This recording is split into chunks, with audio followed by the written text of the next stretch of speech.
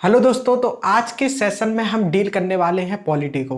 तो पॉलिटी तो हमने बहुत पहले से ही स्टार्ट कर दी थी। हमने 3 लेक्चर उसके डाल भी दिए हैं जिसमें हमने बात की थी इंडियन कॉन्स्टिट्यूशन यानी भारतीय संविधान की। तो चलिए हम उसी सीरीज को स्टार्ट करते हुए आज के इस वीडियो में उसके आगे की बात करते हैं। तो हमने जो लास्ट सेशन में बात की थी वो एक बात हुई थी फंडामेंटल राइट्स, यानी हम भाग 3 की बात कर रहे थे जिसका नाम क्या था, फंडामेंटल राइट्स। तो फंडामेंटल राइट्स में जो अनुच्छेद थे वो क्या थे, हमारे 12 से कहाँ तक के 35 तक थे। तो हमने पिछले लास्ट सेशन में अपन लोगों ने बात कर ली थी 12 से 18 तक की बात हो गई थी कि उनमें क्या क्या चीज़ें हैं। उसके आगे का सेशन आज हम स्टार्ट करेंगे कि आज हम उसके आगे का हम चीज़ें बताएंगे। तो सबसे पहले रफली उसको हम एक बार रिवाइज कर लेते हैं कि उसमें क्या क्या था। तो हम बात कर रहे थे भाग 3 की, जिसको हम किसके नाम से जानते हैं, मौलिक अधिकार के नाम से जानते हैं।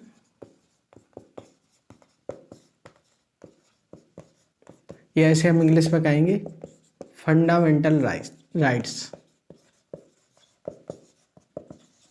फंडामेंटल राइट्स, ठीक। तो इसमें आप लोग जानते हैं कि इसमें जो अनुच्छेद होते हैं वह कहाँ से कहाँ तक आता है, 12 से 35 तक। तो जो भी अनुच्छेद 12 से 35 के बीच जो भी बात होगी वो किसके अंतर्गत होगी, मौलिक अधिकार के अंतर्गत होगी। तो चलिए अब हम देख लेते हैं कि लास्ट लेक्चर में क्या क्या बात की थी। तो हमने बात की थी आर्टिकल 12 की। तो आर्टिकल 12 में क्या था, परिभाषा, यानी संविधान की परिभाषा के बारे में बताया गया था, यानी डेफिनेशन के बारे में बताया गया था। 13 की बात की थी। 13 में बात की गई थी कि अल्पीकरण क्या होता है। तो अल्पीकरण बेसिकली क्या होता है कि कोई भी राज्य या राज्य सरकार, हमने इसमें अंतर भी बताया था कि राज्य और राज्य सरकार में क्या अंतर होता है। तो अब बात करते हैं अल्पीकरण में, कहता है कि कोई भी राज्य या राज्य सरकार ऐसे किसी भी कानून को नहीं ला सकती जिससे मौलिक अधिकार का हनन होता है या किसी भी नागरिक को परेशानी होती है उसमें। तो ऐसी स्थिति में क्या करता है, सुप्रीम कोर्ट एक आदेश देता है उस राज्य या राज्य सरकार को कि आप उस कानून को हटा लीजिए, नहीं हटाएंगे तो उसमें सुप्रीम कोर्ट क्या बैन कर देगा। तो ऐसे अल्पीकरण का प्रयोग किया जाता है, आर्टिकल 13 का प्रयोग उस ऐसे कानूनों को हटाने के लिए किया जाता है जिससे किसी भी नागरिक का क्या हो रहा हो, मौलिक अधिकार का हनन हो रहा हो। फिर आर्टिकल 14 में हमने बात की थी कि सभी लोग कानून के सामने बराबर है, यानी कानून के समक्ष समानता बात हुई थी। फिर एक और उसमें ही था कि विधि का समान संरक्षण, यानी कानून का समान संरक्षण, यानी कानून सभी के लिए समान है और कानून का सभी के लिए बराबर बंटवारा है, मतलब किसी के लिए ज़्यादा या कम नहीं हो सकता, ठीक। और फिर आर्टिकल 15 की हमने बात की थी कि आर्टिकल 15 में हुआ था कि जाति, धर्म, लिंग, जन्म स्थान के आधार पर भेदभाव नहीं होगा, ठीक। फिर आर्टिकल 16 आता है। आर्टिकल 16 क्या कहता है कि लोक नियोजन में सभी के लिए सभी के लिए समान अवसर, यानी लोक नियोजन में सभी के लिए समान अवसर। तो लोक नियोजन क्या था, लोक नियोजन था सरकारी नौकरी को हम लोक नियोजन कहते हैं, ठीक। तो सरकारी नौकरियों में सभी के लिए समान अवसर होते हैं, दिए जाएंगे। तो इसमें एक चीज जोड़ी गई थी कि पॉजिटिव डिस्क्रिमिनेशन, यानी जो हमारे आरक्षण होता है वह धनात्मक परिप्रेक्ष्य के रूप में हमें आरक्षण दिया जाता है जाति के आधार पर, ठीक। फिर 17 में बात हुई थी कि अस्पृश्यता का अंत होगा, यानी अनटचेबिलिटी का अंत होगा। अनटचेबिलिटी मतलब छुआछूत का अंत होगा, ठीक। फिर आता है 18 में हमने बात की थी कि उपाधियों का अंत होगा, यानी कोई भी व्यक्ति उपाधि धारण नहीं कर सकता, किसके क्षेत्र को छोड़कर, शिक्षा के क्षेत्र में, पुलिस के क्षेत्र में और सेना के क्षेत्र में, यानी इन तीनों के क्षेत्र के अलावा यदि कोई धारण करता है तो उसे राष्ट्रपति की अनुमति लेनी पड़ेगी। ऐसे जैसे कोई भी प्रधानमंत्री या गृह मंत्री कुछ भी है, वो यदि कोई अलग धारण, कोई दूसरी यूनिवर्सिटी या किसी दूसरे देश का राष्ट्रपति उसको कोई उपाधि देना चाहे, तो यदि उसे वह उपाधि ग्रहण करनी है तो वह राष्ट्रपति से पूछेगा, और यदि राष्ट्रपति उसको मना कर देगा तो ऐसी स्थिति में वह उपाधि धारण नहीं कर सकता। लेकिन शिक्षा के क्षेत्र में, सेना के क्षेत्र में और पुलिस के क्षेत्र में आप उपाधि धारण कर सकते हैं, ठीक। तो ये बात है हमने अपने पिछले लास्ट सेशन में बात की थी, 12, 13, 14, 15, 16, 17, 18, ठीक। अब लेकिन हम बात करेंगे, अब 19 से स्टार्ट करेंगे। हम आर्टिकल 19 से बात करेंगे कि आर्टिकल 19 में क्या दे रखा है। तो देखिए आर्टिकल 19 में हम देखते हैं, तो आर्टिकल 19 में बात की गई है, पहले लिख लेते हैं अनुच्छेद 19।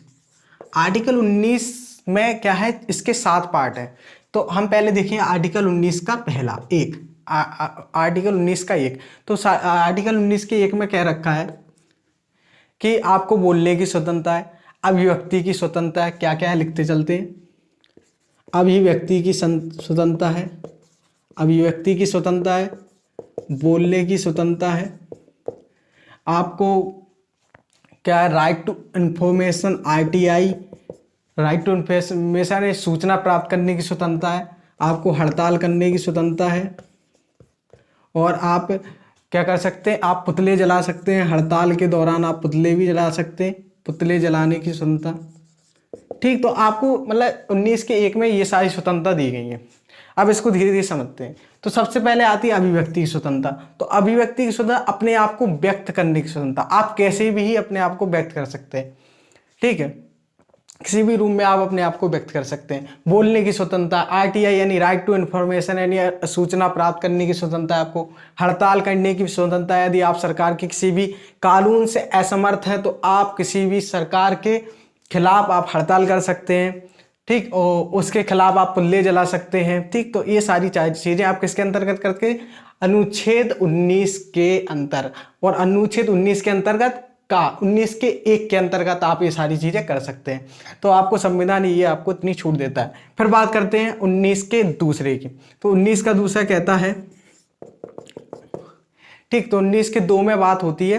अब 19 के 2 की बात, तो 19 के 2 में बात होती है कि बिना हथियार लिए आप सभा का स्थापना कर सकते हैं, यानी बिना हथियार प्रयोग किए, बिना हथियार प्रयोग किए सभा का आयोजन आप कर सकते हैं। ठीक है, यदि आपको कोई भी सभा आयोजन करनी है, किसी भी सम्मान समारोह में, या किसी को बुलाना है, या किसी भी प्रकार की आपको सभा करनी हो, तो आप उसमें क्या नहीं कर सकते, आप उसमें हथियार का प्रयोग नहीं कर सकते। अब ऐसा नहीं है किसी भी सभा में आप लेकर जाएं, बंदूक लेकर जाएं या तलवार लेकर जाएं, तो ये सारी चीज़ों का प्रयोग करते हुए आप सभा का आयोजन नहीं कर सकते हैं। तो ये किस आर्टिकल में कहा गया है, आर्टिकल 19 के 2 में। अब चलिए बात करते हैं आर्टिकल 19 के 3 की बात कर लेते हैं। तो आर्टिकल 19 के 3 कहता है, ठीक है, तो आर्टिकल 19 का 3 कहता है कि आप संगठन बना सकते हैं, आप किसी भी प्रकार का संगठन बना सकते हैं, आप संगठन बना सकते हैं।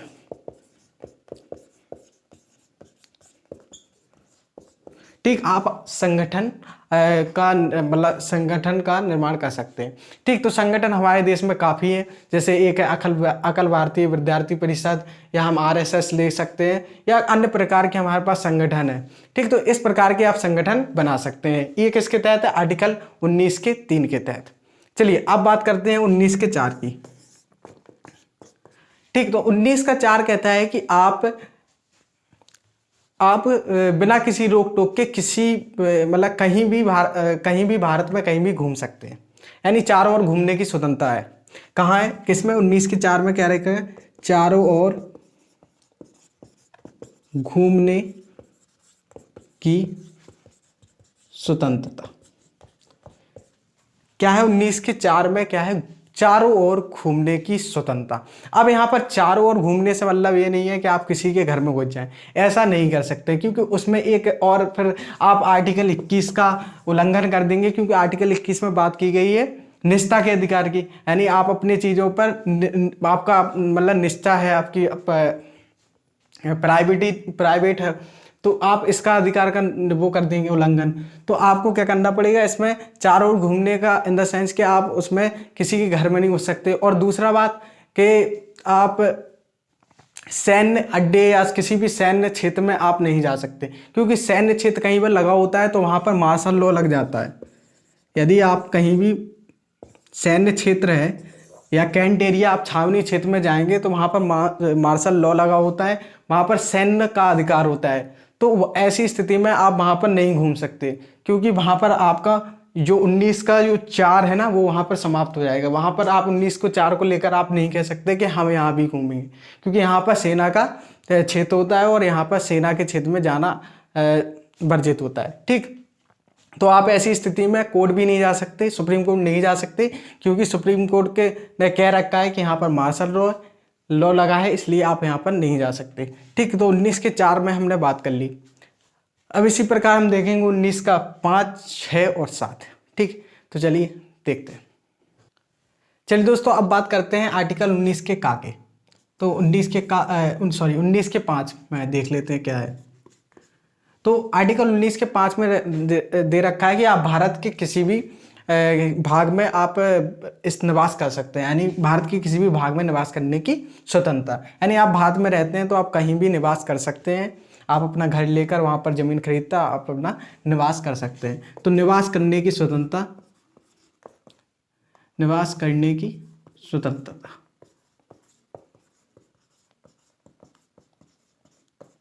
तो ये किस के तहत मिलती है हमें? आर्टिकल 19 के 5 के तहत। तो अब इसका देखो, अब जब आर्टिकल 370 हटा नहीं था, मतलब आर्टिकल 370 हटने से पहले, तो हम जम्मू कश्मीर में कोई भी मतलब ज़मीन नहीं खरीद सकते। यहाँ पर मतलब रह सकते हैं, लेकिन ज़मीन खरीद कर नहीं रह सकते कि वहाँ पर ज़मीन खरीद कर अपना मकान बनाकर रह लें। तो वहाँ पर ऐसा नहीं रहा, क्योंकि वो एक के विशेष राज्य उसको मतलब विशेष राज्य की उसको पदवी मिली थी, यानी वो विशेष राज्य था। लेकिन अब जब से 370 हट गया है तो अब वहाँ पर भी आप ज़मीन खरीद कर रह सकते हैं। तो ये पहले के लिए था, लेकिन अब जब से 370 एक्ट जो हट गया है, वो आर्टिकल 370 हट गया है, तो उसके बाद आप वहाँ पर भी निवास करके रह सकते हैं। ठीक, तो ये हमें 19 के 5 के तहत मिलता है। अब बात करते हैं 19 के 6 की। तो 19 का 6 में कहता है कि आप जो संपत्ति का अधिकार इसमें मिला है आपको, संपत्ति का अधिकार। क्या? संपत्ति का अधिकार, संपत्ति का अधिकार। तो ये क्या था, जब ये संविधान बना था तो इसको क्या, संपत्ति के अधिकार को मूल अधिकार में रखा गया था। लेकिन जब इससे काफ़ी दिक्कतें आने लगी, जब इसको ऐसे ही मूल अधिकार में डाला गया, तो इसके बाद जब शासन चलाने में सरकार को बहुत ही दिक्कत हुई। कैसे दिक्कत हुई आप समझिए। जैसे सरकार है, चलिए संपत्ति का अधिकार एक मूल अधिकार है। अब एक व्यक्ति है, उसके पास 5 एकड़ ज़मीन है। ठीक, एक व्यक्ति है जिसके पास 5 एकड़ ज़मीन है, ये हमारी सरकार है, और ये कोई कंपनी है जिसको अपनी कंपनी लगाने के लिए, मतलब ये कंपनी का मालिक है, तो कंपनी के मालिक को अपनी कंपनी जमाने के लिए, कंपनी बनाने के लिए कोई ज़मीन की ज़रूरत है। तो ये कंपनी मालिक क्या करेगा, सरकार से कहेगा कि हमें ज़मीन दिलाइए। ठीक, तो ऐसी स्थिति में जब कंपनी मालिक कहेगा सरकार से कि हमें सरकार से ज़मीन दिलाई, तो सरकार मांगे कि इस व्यक्ति से कि आप हमें अपनी ज़मीन दे दीजिए। तो जब सरकार मांगेगी इससे 5 एकड़ में से, चलिए मांग ली 3 एकड़ हमें ज़मीन चाहिए, इसने कितनी, 3 एकड़ ज़मीन मांगी। लेकिन भाई अब इसके पास जो व्यक्ति है अब ये नहीं देना चाहता, मतलब ये ज़मीन उसको नहीं दे, सरकार को नहीं देना चाहता कि हम नहीं देंगे, मुझे नहीं देना, सीधी बात। तो ये व्यक्ति नहीं देगा, क्योंकि अब इसको पता है कि मेरा क्या है, मूल अधिकार है, संपत्ति का अधिकार मेरा मूल अधिकार। तो ऐसी स्थिति में ये व्यक्ति नहीं दे। अब सरकार क्या करेगी, जबरदस्ती लेगी। 3 एकड़ इसने, सरकार ने जबरदस्ती इस व्यक्ति से ले लिया। फिर ये क्या करेगा, ये व्यक्ति सुप्रीम कोर्ट के पास चला जाएगा। ये व्यक्ति कहाँ चले गए, सुप्रीम कोर्ट के पास चलेगा। अब सुप्रीम कोर्ट, आप जानते हैं कि सुप्रीम कोर्ट क्या होता है, संविधान का रक्षक होता है।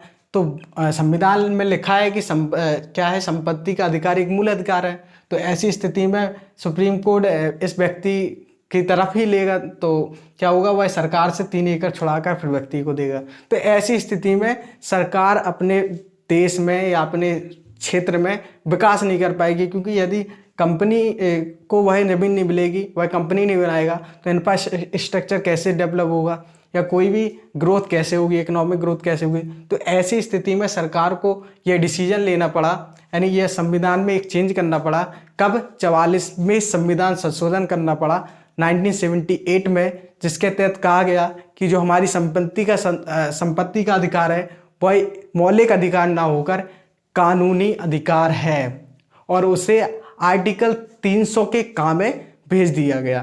तो अब ये क्या हुआ, ये जो कानून है 19 का 6 संपत्ति का अधिकार, वह अब मूल अधिकार नहीं है। इसको कहाँ भेज दिया गया है? इसको भेज दिया गया है 300 के काम है।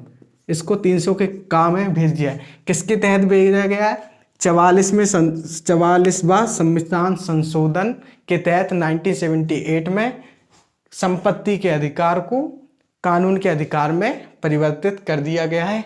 क्यों किया है, इसका कारण हमने बता दिया है। ठीक, तो आई होप आप लोगों को समझ में आया होगा कि संपत्ति के अधिकार को कानूनी अधिकार में क्यों बदला गया, इसकी क्यों जरूरत पड़ी। ठीक, चलिए अब हम देखते हैं इसके आगे का। चलिए अब बात करते हैं हम 19 के 7 का। ठीक, तो 19 के 7 में कह रखा है कि आपको व्यवसाय करने की स्वतंत्रता। इसमें 19 के 7 में क्या है? व्यवसाय करने की स्वतंत्रता। व्यवसाय करने की स्वतंत्रता, आप भारत देश में कहीं भी व्यवसाय कर सकते हैं, व्यापार अपना स्थापित कर सकते हैं। ठीक, तो कोई भी दुकान डाल सकते हैं, कुछ भी कर सकते हैं, कोई भी कारखाना डाल सकते हैं। तो इस चीज़ की आपकी स्वतंत्रता कौन देता है? 19 का 7। तो यहाँ पर जो हमारा 19 आर्टिकल 19 है वो वहाँ पर समाप्त होता है, क्योंकि हमने बताया तो उसमें 19 आर्टिकल 19 के 7 भाग हैं, तो हमने 7 भाग पढ़ा दिए। ठीक, चलिए अब हम इसके आगे की बात कर लेते हैं। आर्टिकल 20 क्या कहता है, तो आर्टिकल 20 की भी बात करते हैं। चलिए दोस्तों, अब हम बात करते हैं आर्टिकल 20 की। आर्टिकल 20 की बात करते हैं। ठीक, तो आर्टिकल 20 कहता है, देखो आर्टिकल 20 में 3 चीजें हैं। तो आर्टिकल 20 में 3 प्रकार की स्वतंत्रता दी गई है। इसमें क्या कहें? 3 प्रकार की स्वतंत्रता दी गई है। ठीक, पहली बात है कि आर्टिकल में 3 प्रकार की बातें की गई। इस आर्टिकल 20 में 3 प्रकार की बातें की गई। पहला कहता है कि एक व्यक्ति को एक ही सजा, मतलब एक गलती की एक ही सजा मिलेगी। एक गलती की एक से मतलब एक अपराध की एक सजा, एक अपराध की एक सजा। अब इसका मतलब क्या है? एक अपराध की एक सजा मतलब जैसा है कि किसी व्यक्ति ने यदि कोई अपराध किया है या किसी का मर्डर किया है, तो उसको उस मर्डर के लिए केवल एक ही बार सजा दी जा सकती है। ठीक, उसको उसी मर्डर के लिए बार बार सजा नहीं दी जा सकती। तो उसको एक ही, कोई भी व्यक्ति यदि एक बार अपराध करता है, नहीं उस अपराध को एक बार करता है, तो उसको इसके लिए एक ही बार सजा दी जा सकती है। ठीक, अब इसका ये भी मतलब नहीं है कि यदि वही अपराध दोबारा किसी दूसरे का मर्डर कर दे तो उसको दोबारा सजा नहीं। तो यदि वो दूसरी बार मर्डर करेगा तो उसको दूसरी बार फिर सजा दी जाएगी, लेकिन उसको उसी मर्डर के लिए दोबारा सजा नहीं दी जा सकती। अब जैसे मान लीजिए कोई व्यक्ति है, इसने इस व्यक्ति को मार दिया, तो ये इसका अपराध घोषित हो गया। ठीक है, इसको सिद्ध भी हो गया। तो न्यायालय इसको, कोर्ट यानी इस व्यक्ति को, कोर्ट इस व्यक्ति के मर्डर के लिए ही सजा देगा, और फिर दोबारा इसी के मर्डर के लिए दोबारा सजा नहीं दे सकता। ठीक, तो ऐसा इसका मतलब है कि एक अपराध के लिए एक सजा ही दी जा सकती है। ठीक, तो अब बात करते हैं दूसरा पॉइंट क्या कहता है कि सजा उस समय के कानून के आधार पर दी जाएगी जिस समय उस व्यक्ति ने अपराध किया हो। ठीक, उसके पहले या बाद के कानून के हिसाब से उसको सजा नहीं दी जा सकती। ठीक, तो क्या है? सजा उस समय के आधार पर दी जाएगी जिस समय उस व्यक्ति ने अपराध किया है, उसके बाद उस समय के कानून के आधार पर, कानून के आधार पर, यहाँ पर कानून के, उस समय के कानून के आधार पर दी जाएगी जिस समय उस व्यक्ति ने अपराध किया है। उसके पहले के कानून या बाद के कानून के हिसाब से उसको सजा नहीं दी जा सकती। ठीक है, तो आप लोग समझ गए। फिर अब बात करते हैं हम आर्टिकल 20 के तीसरे भाग की। तो इसमें तीसरी बात कह रखी है कि सजा होने के बाद भी अपराधी को क्या संरक्षण दिया जाएगा। सजा के बाद भी अपराधी को संरक्षण दिया जाएगा।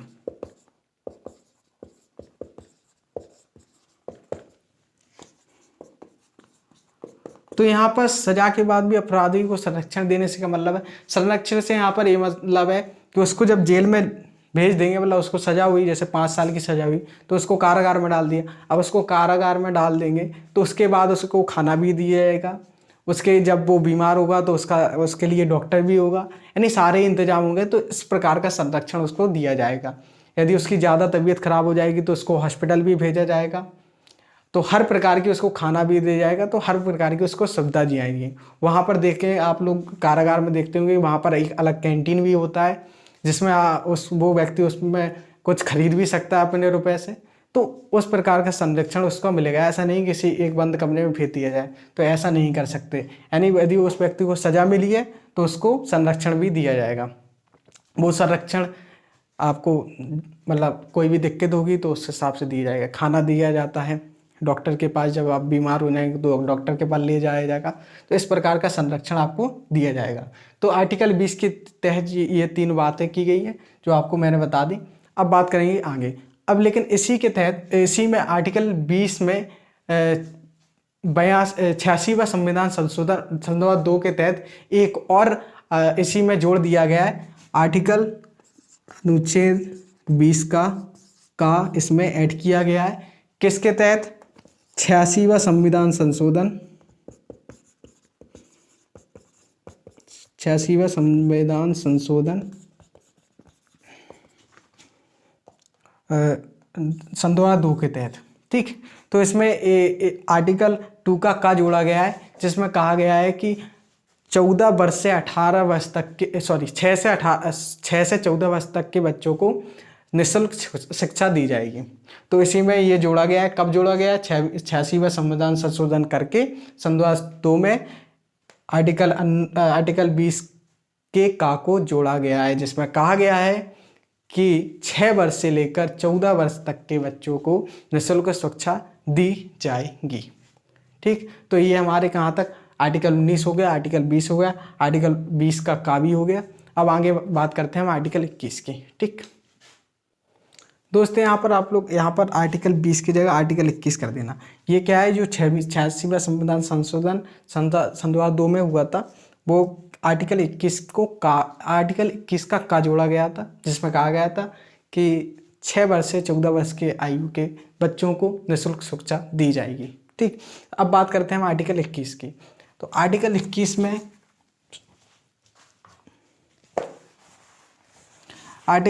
में कह रखा है प्राण एवं दैहिक स्वतंत्रता। आर्टिकल 21 में क्या कह रखा है? प्राण एवं दैहिक स्वतंत्रता। प्राण एवं दैहिक स्वतंत्रता।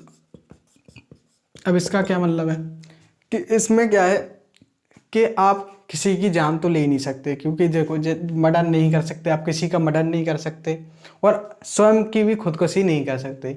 इस कानून के हिसाब से आप अपने आप की भी हत्या नहीं कर सकते और किसी दूसरे की हत्या नहीं कर सकते। और आप ऐसे वाहन नहीं चला सकते जिसमें क्या जो पॉल्यूशन होता हो, जैसे गाड़ी चलती हैं उनमें से धुआं निकल रहा है ज़्यादा, तो आप ऐसी कोई कार नहीं चला सकते, या आप ऐसा कोई भी काम नहीं कर सकते जिससे किसी प्राणी या किसी जीव जंतु पर हानि हो। तो आप ऐसा कोई भी काम नहीं कर सकते जैसे किसी भी जीव जंतु की हानि हो। तो इसमें यही बात की गई। और इसमें यह भी बात की गई है कि आपको इसमें निजता का अधिकार दिया गया है। इसमें क्या? निजता का अधिकार और जोड़ा गया है। निजता का अधिकार किसमें? आर्टिकल 21 में ही। कि आप अपनी प्राइवेसी रख सकते हैं, यानी अपनी कोई भी गोपनीय बात को आप अपने तक रख सकते हैं। यदि आपसे कोई पूछता है तो आप उसे नहीं बताएंगे।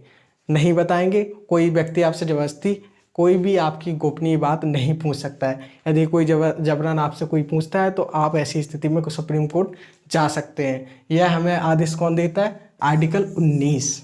ठीक, तो आपको जो रास्ते पर जो वाहनों के लिए चालान काटती है वह किसके तहत काटती है? आर्टिकल 19 के आर्टिकल 21 के तहत।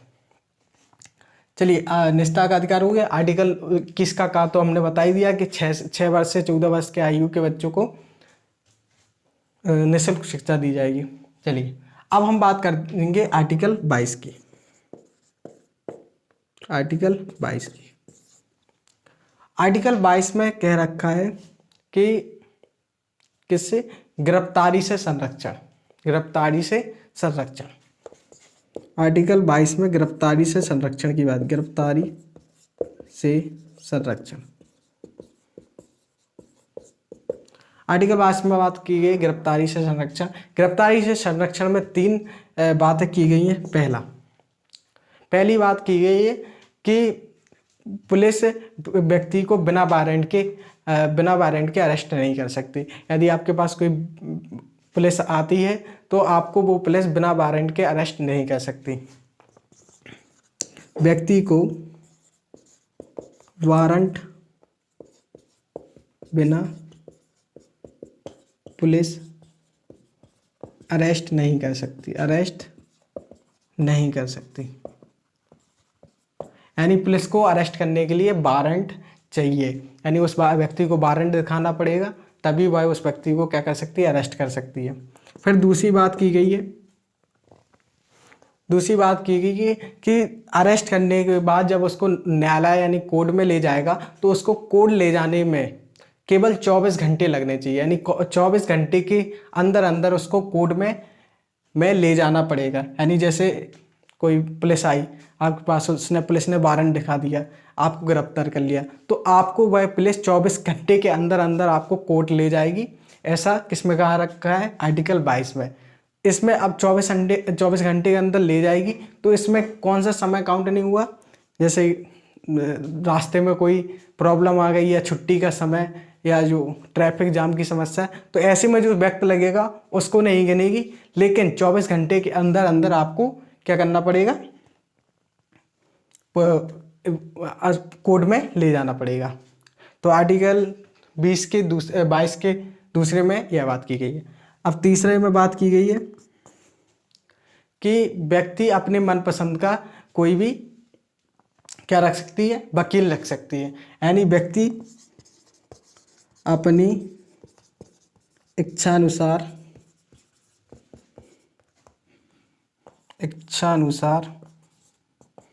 वकील रख सकता है। ठीक, तो ये हमारा आर्टिकल 22 में 3 बातें कही गई है। आर्टिकल 22 क्या है? गिरफ्तारी से संरक्षण से, यानी इसमें 3 बातें कही हैं। पहली बात कहती है कि व्यक्ति को वारंट बिना पुलिस अरेस्ट नहीं कर सकती, और अरेस्ट करने के बाद पुलिस 24 घंटे के अंदर क्या करेगी? कोर्ट में ले जाएगी। उसमें छुट्टी का समय और जो ट्रैफिक में जो समय लगेगा उसको काउंट नहीं किया जाएगा। तीसरी बात कह रखी है कि व्यक्ति अपनी इच्छानुसार वकील रख सकता है। तो ये बात हमारे किसमें? आर्टिकल 22 में कही गई है।